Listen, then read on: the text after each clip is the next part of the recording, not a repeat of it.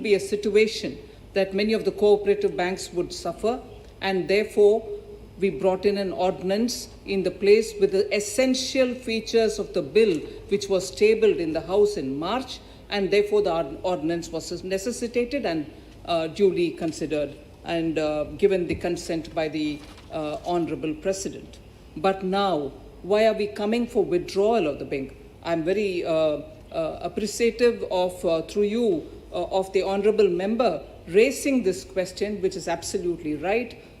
This will be a question which arises in the minds of the people, but now what we are bringing, after withdrawing that bill which came into the form of an ordinance, is essentially what the bill of March 2020 had, together with a few things added in, such as giving the Reserve Bank a chance to be able to restructure any distressed cooperative bank just in case they are in severe distress. And I can give you the data of the number of banks, cooperative banks, which are in distress, so that without putting them on a moratorium, all of us know, all honorable members know here, as to when a bank is put in a freeze, the customers. Till today, the memory of PMC, and even today the PMC issue is getting resolved.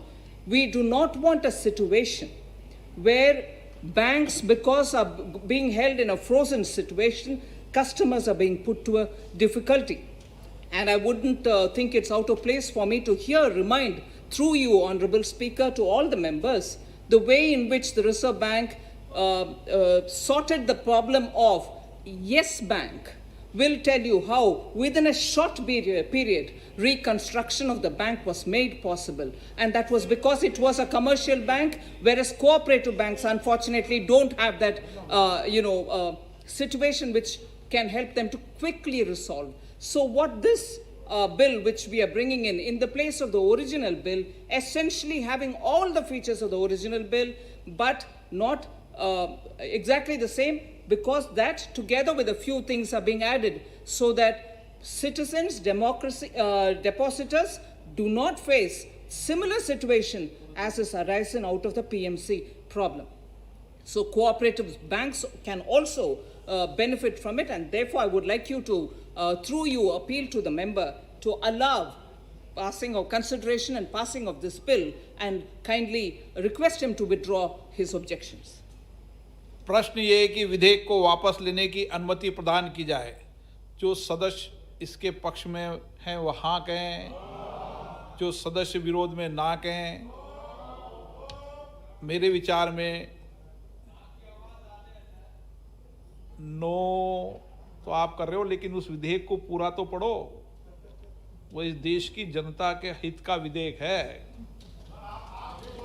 हाँ, मैं बोल रहा हूँ, मैंने पूरा विधेयक पढ़ा है। हाँ, प्रश्न ये है कि विधेयक, मुझे कुछ बोलना पड़ेगा। प्रश्न ये है कि विधेयक को वापस लेने की अनुमति प्रदान की जाए। जो सदस्य इसके पक्ष में हाँ कहें, जो सदस्य विरोध में ना कहें। मेरे विचार में निर्णय हाँ वालों के पक्ष में हुआ।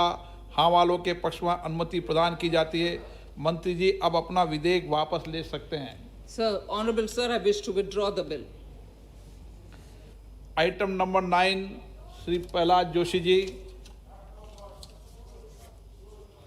Sir, I rise to move for leave to introduce the bill further to amend the salary, allowances and the pension of the Members of Parliament Act 1954.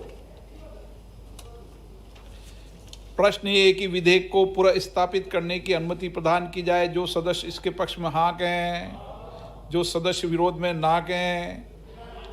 मेरे विचार में निर्णय हाँ वालों के पक्ष में हुआ। हाँ वालों के पक्ष में अनुमति प्रदान की जाती है। माननीय मंत्री जी अब विधेयक को पुनर्स्थापित करें। Sir, I introduce the bill. Item number 10, Shri Prahlad Joshi ji. I rise to lay on the table an explanatory statement, Hindi and English version, showing the reasons for immediate legislation by promulgation of salary, allowances and pension of the Members of Parliament Amendment Ordinance 2020.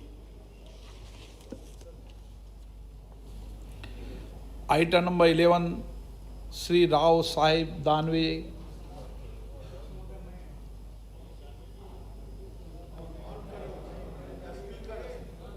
Danve साहब,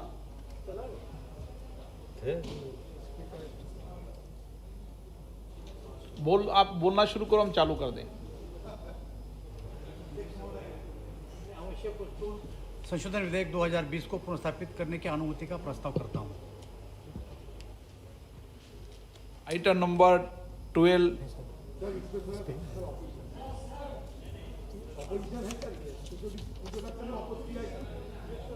11 पे रखा है ना आपने? हाँ, तो अधीर रंजन चौधरी जी, आप बोलना चाहते हैं कुछ? बात यह है कि सर देखिए, ये इसमें कोई स्टेटमेंट नहीं है। सबसे बड़ा तो गलती है कि ये जो बिल यहाँ रखा जा रहा है इसमें कोई स्टेटमेंट नहीं है। जैसे कि अलग से और 2 बिल आने वाला है, उसमें स्टेटमेंट है, लेकिन इसमें कोई स्टेटमेंट नहीं है।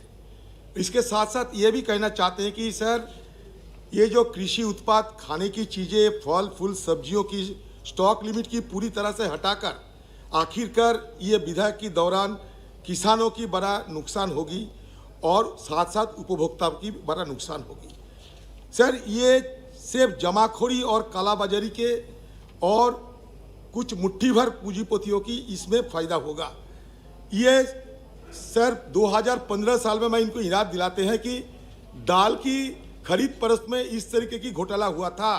2015 साल में सर 2.5 लाख करोड़ की दाल घोटाला ये जीती जागता सबूत है, जहां 45 रुपया किलो दाल आयात कर 200 रुपया किलो तक बेचा गया था। मान्य सर, सदस्य, साथ जब बिल पे डिटेल चर्चा हो, जब आप बोलना। सर एक मिनट सर, ये इसमें जो लेजिस्लेटिव कॉम्पिटेंस की बात है सर, देखिए ये हमारा कोऑपरेटिव फेडरलिज्म पर एक प्रहार है सर, क्योंकि there could also be some states where the menace of hoarding is so rampant that the state government may wish to regulate and place stocks limit.